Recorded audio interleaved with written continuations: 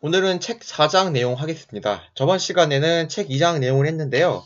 2장은 이제 스태티스컬 러닝, 즉 이제 통계학에서 바라본 머신러닝이죠. 요거에 대해서 이게 뭔지 정의에 대해서 간략히 얘기를 했고, 얘들의 분류에 대해서 살펴봤어요. 이게 지금 비주도 학습이 있고 지도 학습으로 이렇게 나눠진다. 이렇게 분류에 대해서 얘기를 했고요. 그 다음에 이제 지도 학습에서도 이제 Y의 우리가 설명하고자 하는 종속 변수인 Y의 이제 타입에 따라가지고, 그게 만약에 숫자로 나타나면은 얘는 이제 리그레션 하는 방법이 있고, 만약에 그게 범주형 자료다, 성별이 브랜드 이러면은 클래시피케이션이라는 방법이 있다. 네, 클래시피케이션이라는 문제가 있다. 그래서 이 두 가지 종류로 나눠진다고 얘기를 했어요. 그래서 이제 이렇게 우리가 지도학습에서 어떤 모델을 피팅을 할 때 두 가지 환경이 있고, 각각의 환경에서 모델의 정확성을 평가하는 척도가 있었죠. 그게 리그레션에서는 MSE였고요. 이 클래시피케이션에는 에러 레이시였어요. 그래서 이 모델이 정확성이라는 맥락에서 살펴볼 때 어떤 모델, 즉 어떤 방법론이든 이제 마주할 수밖에 없는 이제 트레이드 오프가 있는데, 그게 뭐냐? 모델이 베리언스랑 모델이 바이어스이다. 좀 더 많은 걸 설명하고 싶어서 모델을 좀 더 유연하게 하면 할수록 그게 실제랑 더 잘 다가갈 수 있겠지만은, 모델이 더 복잡할수록 베리언스는 더 커져요. 그러니까 데이터셋이 다르면은 그만큼 이제 더 다른 결과가, 매번 다른 결과가 나타날 거다. 그게 바로 모델의 베리언스예요. 근데 만약에 이제 모델이 되게 단순해가지고 데이터셋이 다른 거에 대해서 영향을 받지 않으려고 모델을 되게 단순하게 피팅하는 경우에는 모델 자체의 베리언스는 좀 되게 낮아질 반면에, 모델을 단순화하는 과정을 함으로써 실제와 좀 더 만약에 좀 멀어질 수 있는 그런 위험이 있겠죠. 그래서 대부분의 경우에서는 어떤 우리가 주어진 모델에 대해서 이런 두 가지에 대해서 그게 있습니다. 트레이드오프가 있습니다. 이 관계를 유념하면서, 이 관계가 되게 중요한 게, 여기 나올 모든 방법론들이 결국에는 이 두 가지 제약 조건에 구성이 될 수밖에 없어요. 네, 그래서 오늘 우리가 배울 클래시피케이션의 여러 방법론도 있는데, 거기에서 또 이 모델이 성능을 이제 비교를 할 거예요. 여러 가지 방법이 있는데, 성능을 비교를 하면 결국에는 모델들이 이 두 가지 트레이드오프의 영향을 받는다. 이 결과에 따라 가지고 어느 상황에서는 어느 모델이 낫고 그런 결과를 우리가 볼 겁니다. 네, 그래서 오늘부터 클래시피케이션을 할게요. 자, 네. 그러면은 이제 클래시피케이션이 어떤 거냐에 대해서는 저번 시간에 간략하게 얘기를 했죠. 그래서 Y는 리그레션 클래시피케이션 이런 거다. 그래서 얘는 클래시피케이션에서 Y0를 우리가 추정하는 것은, Y0를 이제 Y0를 추정한다는 것은 꼭 분류하는 거랑 마찬가지죠. 그래서 우리가 이제 만들 거는 어떤 클래시파이어를 만들 거예요. 그래서 어떤 클래시파이어를 만들어가지고 이렇게 있으면은, 우리가 여기다가 x0를 이제 넣으면은 여기 이제 얘는 이쪽 버켓으로 가고 얘는 이쪽 버켓으로 가고, 이 x0 값에 따라 가지고 이런 버켓들로 분류가 되는 그런 분류하는 그런 방법론들을 우리가 오늘 볼 겁니다. 그래서 그를 했을 때 궁금할 수가 있어요. 만약에 이제 왜 회귀 분석을 안 쓰고, 그러니까 왜 리그레션을 안 하고 왜 이런 클래시파이어라는 게 존재가 필요하냐. 아니 예를 들어서 y가 범주가 a, b, c이면은 그냥 여기다 1 y의 값이 1이면은 a고 2이면 b, 3이면 c 이렇게 보면은 되지 않을까? 이렇게 생각을 할 수도 있겠죠. 근데 그러면 안 돼요. 왜냐면은 첫 번째로는 이 순서가 문제예요, 순서. 그러니까 범주형 자료를 우리가 리그레션을 피드를 하면 안 되는 이유 중 하나가 순서야. 이게 A, B, C지만 문제는 얘네들 간에 비교할 수가 없단 말이야. 얘는 그냥 빨간색, 파란색, 노란색 하면은 빨간색이 파란색보다 더 이런 크고 작고 얘기할 게 없잖아. 그렇기 때문에 이거를 1, 2, 3 할지 3, 1, 2 할지 내 마음대로 한다 수 있단 말이야. 근데 문제는 그렇게 할 경우에는 이제 이런 순서를 어떻게 하냐에 따라 가지고 이제 결과가 달라져요. 결과가 달라진다는 거는 우리가 모델이 달라지는 거야. 그러니까 뭐 이걸 모델 스페시피케이션을 어떻게 하냐에 따라 가지고 그러니까 얘를 어떻게 정리하에 따라 가지고 모델이 달라지니까 이렇게 할 수가 없겠죠. 근데 만약에 그러면 설사 y가 범주형인데 어떤 순서가 있어. 두 번째 방법은 설사 이제 순서가 이렇게 좀 있다 하더라도 이거를 어떻게 숫자로 코딩할 거야? 1, 2, 3으로 할 거야? 아니면 뭐 0. 뭐 1, 0.5, 뭐 1 이렇게 할 거야? 아니면 뭐 10, 20, 30? 뭐 이 간격이 뭐 어떻게 조정할 건지 이거를 뭐 이론적으로 이걸 어떻게 해야 된다 한 그게 없어요. 그냥 근거가 없는 거야. 그래서 뭐냐면 문제는 자 범주형 자료를 리니어 리그레션 세팅으로 우리가 하게 된다면은 첫 번째로 범주형 자료는 순서가 없거나 순서가 있어도 이 스케일의 문제 때문에 얘네들은 리그레션을 하기가 힘들어요. 네. 근데 다만 만약에 y의 범주가 두 개일 경우 그러니까 이런 거죠. 예를 들어서 감염 x or 감염 5 이런 경우일 거에는 우리가 이제 y를 0 또는 1 이렇게 해석할 수 있겠죠. 그래가지고 예를 들어서 우리가 어떤 이제 f 햇을 피팅을 할 건데 fs 피팅을 해가지고 x를 집어넣어가지고 f 햇이 즉 y에 대한 추정치가 뭐 0.5가 이렇게 나왔어. 뭐 0.7 이렇게 나왔어. 그러면 얘를 y는 1로 이렇게 분류를 할 수 있겠죠. 그쵸? 실제로 이렇게 할 수가 있어요. 그렇게 실제로 보면은 이런 식으로 y햇이라는 것을 우리 조건부 확률로 해석할 수 있어. 그러니까 x가 주어졌을 때 y가 1일 그 확률로 해석을 할 수 있는 거예요. 그러니까 확률이 그 2분의 1보다 더 넘으면은 y는 1. 그러니까 x가 주어졌을 때 y가 1일 조건부 확률이 2분의 1보다 넘으면은 y를 1로 분류하는 뭐 그런 식으로 할 수 있겠죠. 자, 여기서 이게 뭐냐면은 이게 좀 생소할 수도 있을 텐데 요건 그겁니다. 이제 여기서 베타는 이제 그거예요. 만약에 p개의 프레딕터가 있으면은 p/1 벡터고 xt는 n개의 n개의 관측지 중에서 하나를 뽑아가지고 한 거예요. 그래서 얘는 1/p. 그래서 이런 식이야. x1, x2 이렇게 있고 얘는 이제 베타 1, 베타 2 이런 식으로 이렇게 한 거야. 그러니까 이걸 왜 이런 표시를 쓰냐면은 이게 만약에 우리가 리니어 리그레이션 메소드로 피팅을 할 때에는 이제 이런 식으로 나타날 수가 있어요. 이게 사실 이게 뭐냐 책에 보면은 이게 이런 내용들이 다 여기 3장에 나오는데 제가 지금으로서는 이거 3장은 지금 스킵을 할 거예요. 왜냐면 지금 할 게 많아가지고 요거는 이제 여러분들이 대부분 다 지식이 있다고 이제 가정을 하고 일단은 이제 4장부터 나갑니다. 하여튼 이 표시가 오면은 얘는 이제 회계 계수 베타에 대한 선형식이다 이렇게 보시면 돼요. 근데 이게 중요한 게 아니라 결론은 그냥 만약에 y의 범주가 바이너리일 경우에는 그냥 뭐 이렇게 그냥 피팅해도 크게 문제가 없어. 이론적으로 크게 문제가 없어요. 근데 이론적으로는 문제가 없지만 현실적으로는 문제가 뭐냐면은 이렇게 OLS를 피팅해버리면은 이게 0보다 작거나 1보다 큰 값이 나와요. 나올 수도 있는 게 아니라 나와 그렇게.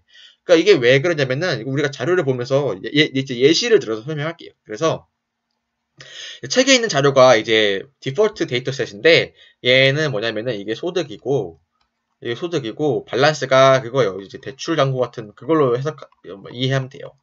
그래서 여기서 파란색인 애들이 이제 파란색이 뭐야? 파산한 건가? 파산 안 한 건가? 근데 얘는 파란색이 파산을 안 한 애들이고 이제 빨간색이 주황색이 파산을 한 놈들이에요.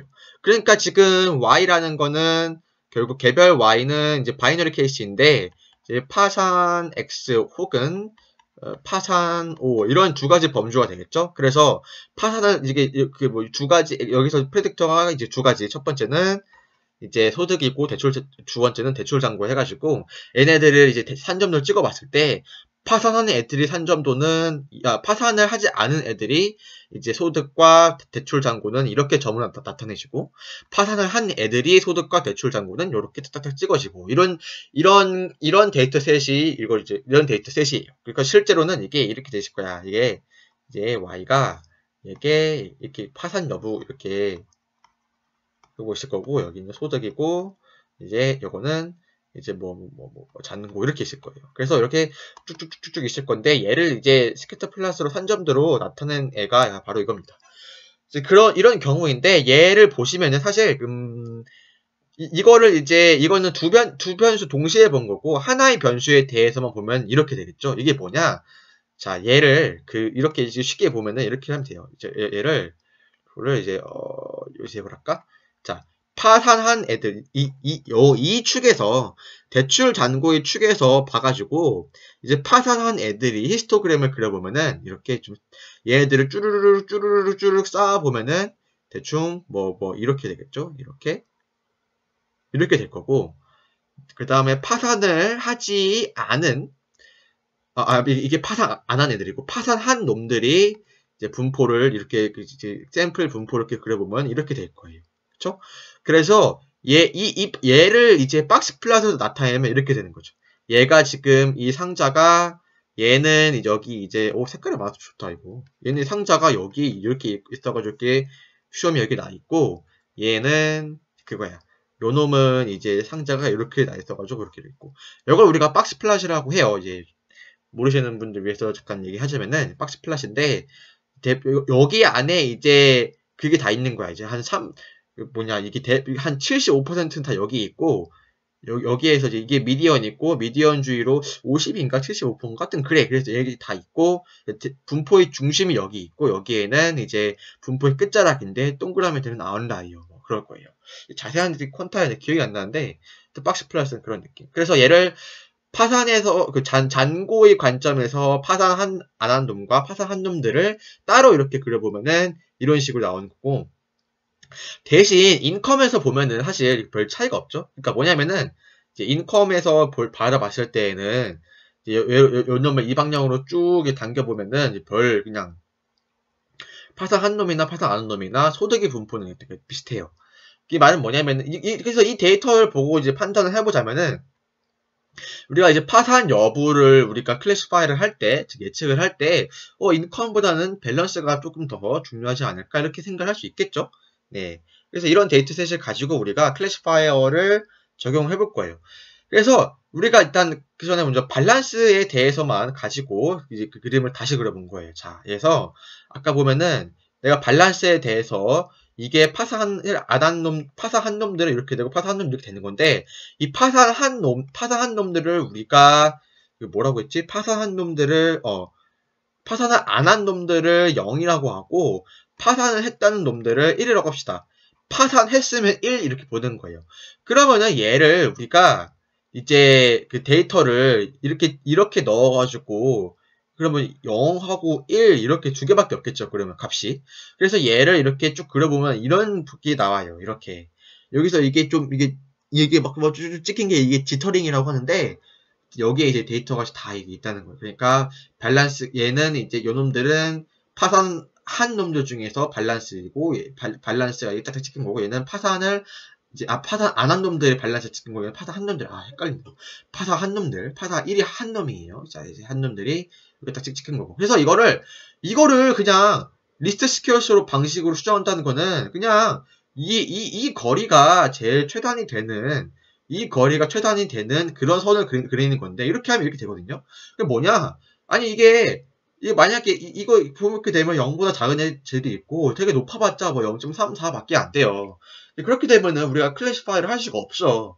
그렇기 때문에 우리가 OLS로 피팅을 하면 안 되고 다만 어떤 방식으로 어떻게든 피팅을 해가지고 이런 결과가 나오면 좋겠어. 그러니까 우리가 어떤 probability of default 밸런스가 주어졌을 때 파산 위험을 이런 식으로 스무드하게 선을 그릴 수 있는 그런 모델에다가 우리가 피팅을 하면 좋겠어 라는 생각으로 나온 게 바로 로진 리그레션입니다. 로진 리그레션. 자, 그러면 로지스틱 리그레션은 우리가 이제 얘는 이거 어떻게 이렇게 피팅을 하냐 그렇게 알아볼 건데 먼저 식을 봅시다. 자, 우리가 만약에 이제 좀 간단히 할 건데 우리가 추정하고 싶은 거는 x가 주어졌을 때 probability y는 1이에요. 자, 이게 뭐냐면은 probability of default가 뭐냐면은 우리가 디폴트를 y는 1인 스테이트로 정했으니까 x가 주어졌을 때 밸런스가 주어졌을 때 이제 파산 확률로 이거예요. 그래서 우리가 OLS로 피팅을 한다는 거는 우리가 이 식으로 그냥 바로 그대로 집어넣는 거야. 근데 이렇게 해버리니까 뭐 어떻게 됐어? 이런 사단이 났죠? 그래가지고 이 식을 요거 말고 다른 식으로 해보자. 뭘로 하냐? 일단 모르겠지만 요걸로 한번 피팅을 해보자. 라고 하는 거예요. 근데 이렇게 하면 뭐가 되겠죠? 얘는 익스포넨셜이죠. 여기 안에는 뭔가 들어가 있는데 익스포넨셜 같은 경우에는 함수가 어떻게 되냐면은 아시다시피 이렇게 되어 있잖아요. 일단 익스포넨셜 값이 취할 수 있는 익스포넨셜 값이 도메인은 0 이상인 값이니까 그쵸? 그럼 얘네들은 이 안에 있는 값들이 크면은 어떻게 되겠어?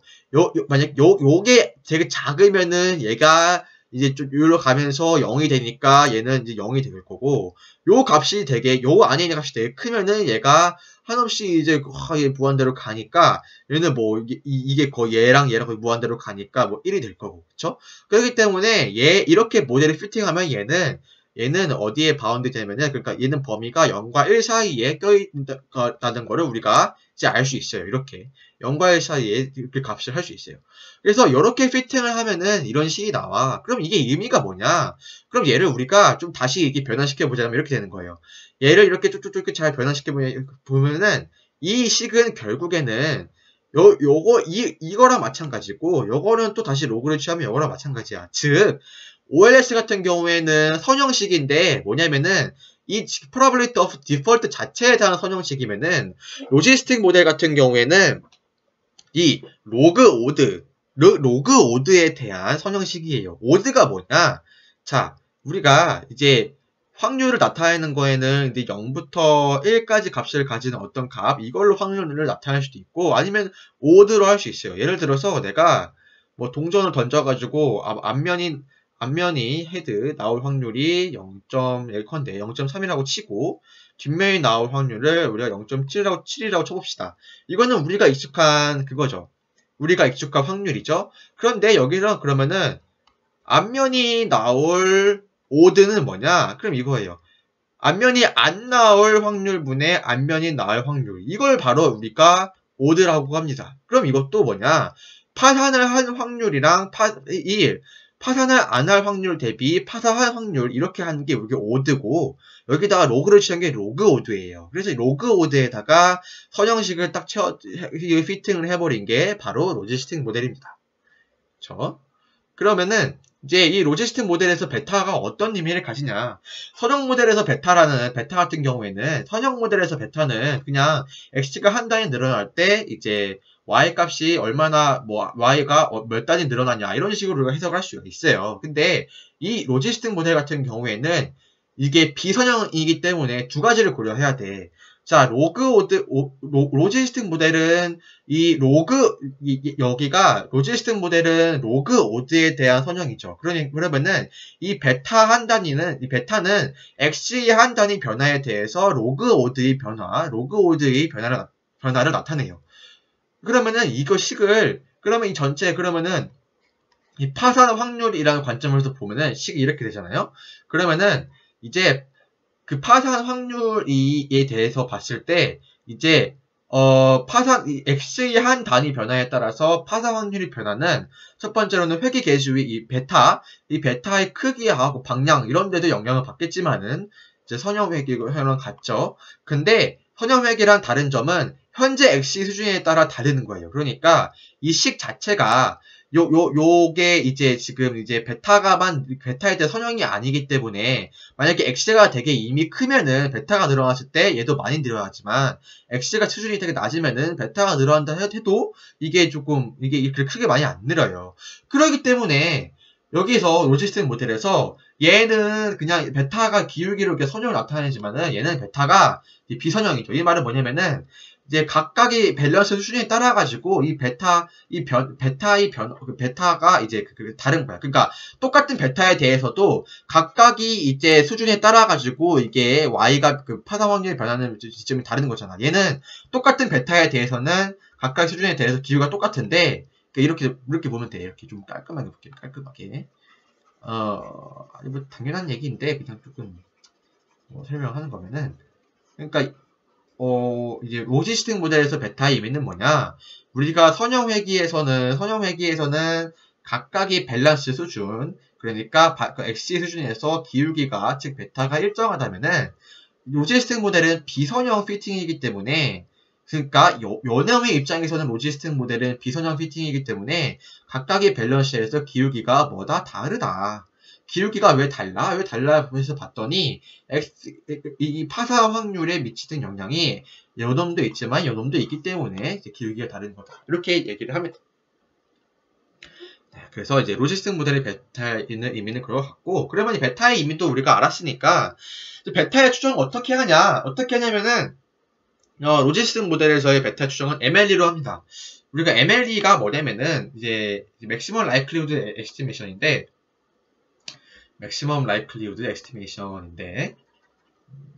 로지스틱 모델까지만 한번 좀 쉴게요. 잠깐만.